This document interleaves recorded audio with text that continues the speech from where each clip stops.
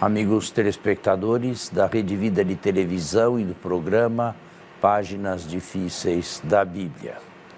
Celebramos hoje o segundo domingo da Páscoa, oitava da Páscoa. E, como gostava de chamar João Paulo II, domingo da Divina Misericórdia. Nós continuamos a aprofundar o Evangelho celebrado para, em seguida, ser vivido.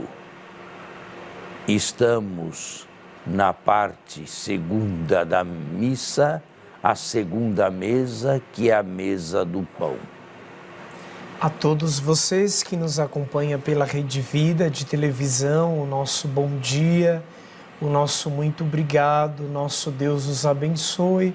Como todos sabem, este programa, embora de cunho bíblico, ele tem uma finalidade catequética. Inclusive, padre, andando aqui na cidade de São Paulo e também nas assembleias vocacionais pelo interior do estado, ouvimos bons comentários acerca do nosso programa. Muitos fiéis leigos têm acompanhado este momento, bem como padres, e como este parêntese aberto para falar do Evangelho celebrado tem feito bem a tantas pessoas e mais, a tantas comunidades eclesiais. E espero a certos padres também, ou a diversos padres, não é? Que são os celebrantes principais e que, como diz a Igreja, agem na pessoa de Cristo. É o Cristo sacramentalmente que está ali. Interessante que alguns padres da Igreja antiga, agora não me lembro se eram gregos ou latinos, orientais ou ocidentais, teciam uma certa analogia entre a consagração, a transubstanciação e o sacramento da ordem. Na consagração, o pão deixa de ser pão e passa a ser o corpo de Cristo. A mesma coisa se passa com o vinho. É a nossa fé eucarística. Na ordenação, nós nos revestimos sacramentalmente do Cristo pastor. De tal maneira que, se alguém numa assembleia perguntasse onde está o Cristo que nos fala, que nos adverte, que nos ensina, que nos esclarece, que nos amoesta, eu diria com toda humildade, está aqui. Porque ele me revestiu dele sacramentalmente. A diferença entre as duas sacramentalidades está no seguinte: eu não deixo de ser eu, embora represente a pessoa do Cristo. Continuo sendo eu com a minha história, com as minhas virtudes, com os meus pecados. E na consagração o pão deixa de ser pão. Aí está a diferença entre uma e outra. Mas agora nós gostaríamos de entrar nas anáforas, também conhecidas como orações eucarísticas. Padre, inicialmente eu quereria já fazer uma primeira pergunta, haja vista que o senhor começou a falar do padre. Já que vamos falar sobre a oração ou as orações eucarísticas, todos sabem que temos algumas no missal romano. Quem pode fazê-la? O padre, o diácono e o bispo, ou somente o padre e o bispo? E por que só o padre e o bispo, isto é, o sacerdote, deve fazê-la? E se existe alguma diferença entre a oração eucarística ou as orações eucarísticas e as orações que todos os dias nós devotamos a Deus. Ali estamos numa sagrada liturgia que é o cume da igreja. Numa oração da manhã ou da noite, nós estamos sozinhos e é devoção nossa. Não há que confundir uma coisa com outra. A oração eucarística faz parte e é missão daquele que representa o Cristo pastor, daquele que representa o Cristo presidente, o Cristo que preside ali naquele momento, por causa do sacramento da ordem que o revestiu do Cristo pastor. E guia, e mestre, e presidente. O leigo não tem essa função. Ele não age na pessoa do Cristo pastor, ele age em própria pessoa. É claro, ele pode ser guiado por Deus, conduzido pelo Espírito de Deus, ele pode ser muito mais virtuoso e santo do que eu, ele pode ser mais agradável a Deus do que eu, mas ele não tem a missão que eu tenho, que é de trazer sacramentalmente para a comunidade. Esse seria o seu aspecto misterioso e muitas vezes esquecido, a presença do Cristo pastor. Agora, por outro lado, ele tem outras missões que eu não tenho. Por exemplo, eu posso andar à vontade pelos hospitais e bater nos quartos que eu quero? Não. Eu seria barrado no primeiro. Quem é você? Quem o chamou aqui? O que você faz? Eu não sou médico. Eu posso andar pelo Ministério Público à vontade? Não. Não sou servidor do Ministério Público. Eu posso andar pelas universidades também à vontade como padre? Não. Ali está a função do leigo. Ali está a trincheira.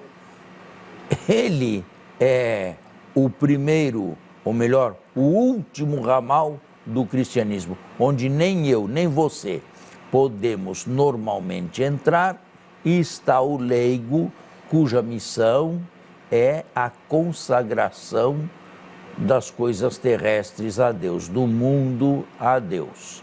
Ali é função dele, não é função nossa. Ou seja, o leigo é chamado a ir onde certamente os padres não conseguem chegar. Mas, ou não podem ir. Não podem ir. Mas em se tratando do mistério eucarístico, então isto significa dizer que numa celebração litúrgica há coisas que competem estritamente ao padre e há coisas que não são de competência do leigo. Por exemplo, as duas primeiras leituras dominicais podem ser lidas por um leigo e até por uma leiga, um leitor e uma leitora, mas o Evangelho não.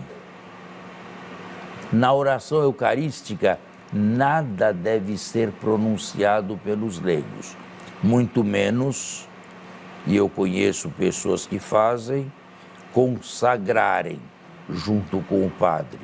Isto não tem significado nenhum. A grande missão do leigo na oração eucarística é ouvir atentamente a prece, aceitar a prece que vai sendo dita com vagar e com solenidade, pelo menos é assim que deveria ser, e no final responder o seu famoso amém. É uma palavra curtinha, mas a nossa liturgia é parca em gestos e palavras. Amém. Isto é, estou de acordo, quero, aceito tudo aquilo que foi rezado e que foi suplicado. Este amém famoso é no final da oração eucarística. Aqui na Igreja do Brasil, padre, sobretudo, nós temos o hábito, né, de nos guiar por alguns panfletos e livros outros que, após cada parágrafo, cada perícope da anáfora eucarística que o padre recita, tem-se uma resposta de cunho leigo. Exemplo, o padre suplica pelas oblatas, pelas oferendas. E aí todos dizem, mandai o Espírito Santo. Recebei, ó Senhor, a nossa oferta. O padre suplica pela igreja, lembrai, aí fala do Papa e do Bispo. E, consequentemente, o povo responde, lembrai-vos, ó Pai, da vossa igreja. O padre pede pelos fiéis defuntos. O povo conclama, lembrais, ó Senhor, dos vossos filhos. Estas respostas, elas de fato existem, inclusive no rito em latim? Não. Elas não existem no missal romano, elas não existem em latim e não existe, que eu saiba, em nenhum outro país do mundo, exceto a não ser o Brasil. E por que elas existem no Brasil? Sabe, nos anos 70 e 80 se vivia uma verdadeira febre religiosa e às vezes mal organizada ou mal vivida, que queria introduzir sempre mais o leigo no coração da prece eucarística. Eu tenho a impressão, não estou certo, mas tenho a impressão que esse agora vai ser um contencioso dos novos tradutores, das novas edições, com relação à Santa Sé.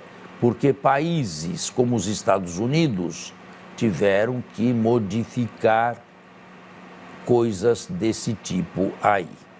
Tá certo? Vamos fazer um intervalo e voltamos.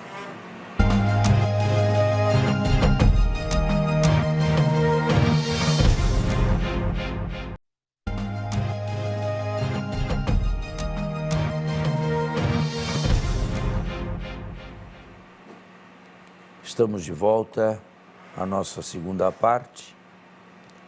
Eu não sei se... Nós falávamos, padre, sobre o porquê o Brasil é o único país que contém nas anáforas eucarísticas aquela resposta de cunho leigo, popular, e o senhor nos dizia que muito provavelmente esse é um obstáculo que os próximos tradutores teriam que rever. Aconteceu mesmo nos Estados Unidos? Aconteceu. Havia mudanças, houve mudanças na tradução do credo, houve mudanças no Senhor esteja convosco, que era mais ou menos semelhante a nosso e voltou ao antigo, e com o teu espírito também. Eu acho mais bonita essa, porque o Senhor esteja convosco, eu saúdo o povo, e o povo me saúda também, e contigo também. Atualmente a gente fala, ele está no meio de nós. Pois né? mas isso aí aí eu fico de fora.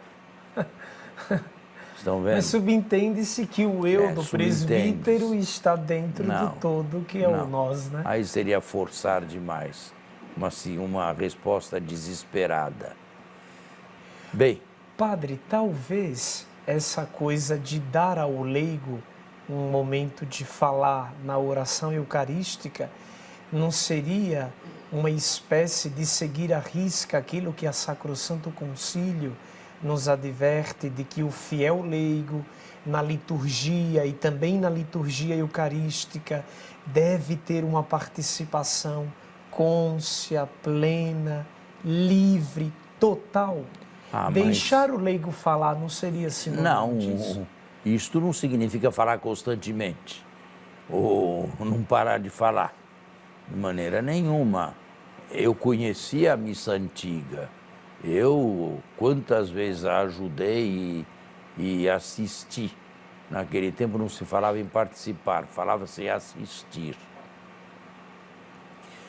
Nós não fazíamos nada, nós aí sim, não tínhamos papel algum, ninguém respondia coisa alguma, o padre falava em voz baixa, isso no seminário, hein?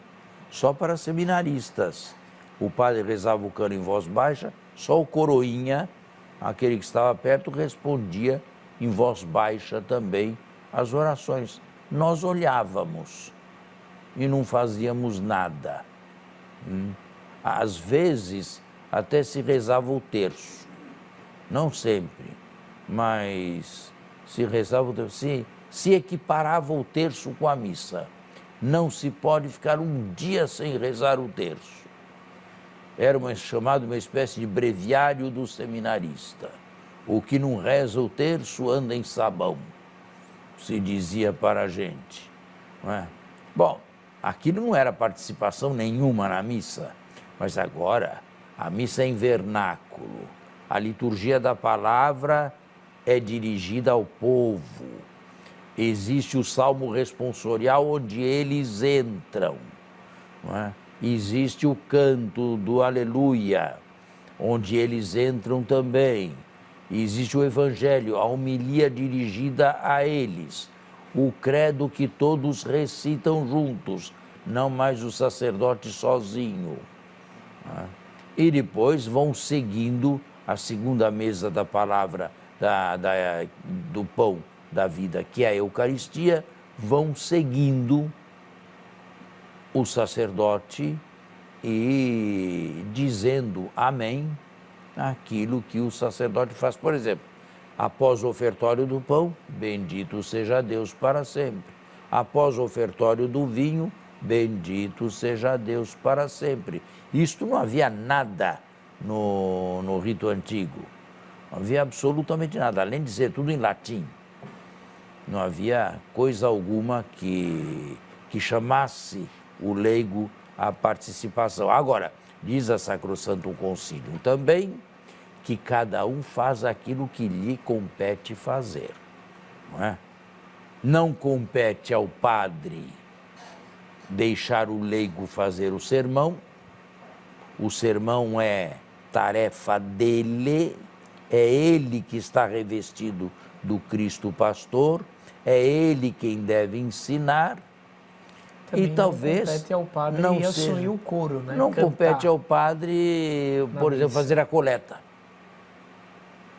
Faça a coleta um leigo ajuizado, um leigo bem capaz, um leigo sério, de quem não se duvida a honestidade, deixe que ele faça a coleta.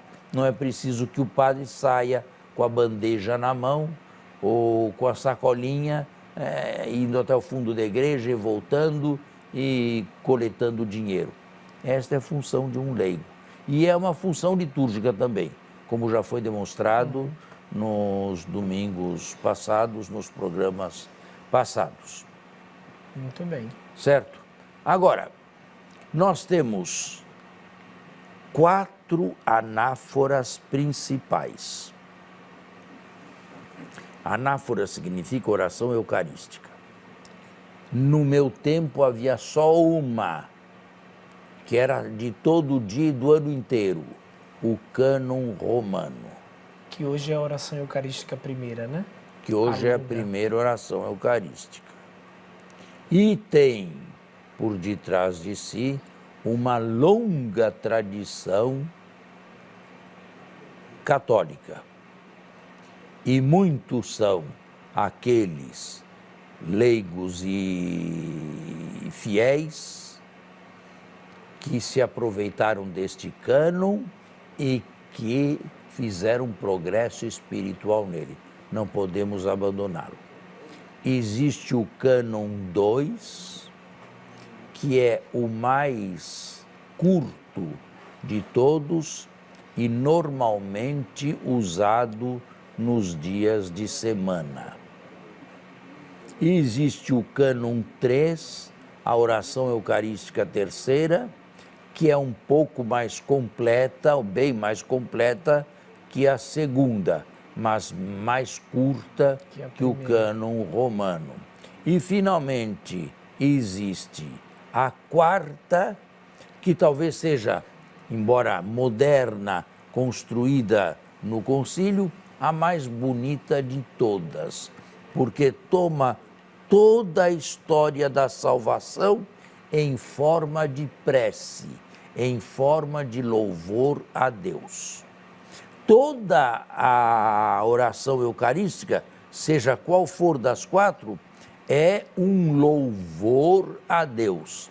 A missa é uma ação de graças a Deus, é um agradecimento a Deus. É o culto cristão que agradece a Deus, porque diante de Deus nós só temos que confessar os nossos pecados, início da missa, e agradecer-lhe os benefícios concedidos constantemente em Jesus e no Espírito Santo. Padre, além do mais, estas orações eucarísticas, elas são muito mais do que algo devocional, primeiro porque tem um quê de historicidade, né? Depois porque tem um quê de mistério, e todas elas, de algum modo, acho que vale lembrar isso ao telespectador, elas têm um cunho profundamente escriturístico, né?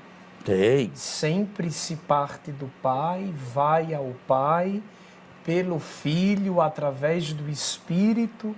Seria interessante o fiel leigo, digo fiel leigo porque pressupomos que os padres, porque já tiveram esta disciplina no seminário, tenham essa consciência de que todas estas orações, além de uma historicidade, de uma estrutura concreta, elas possuem um cunho bíblico e uma teologia profunda.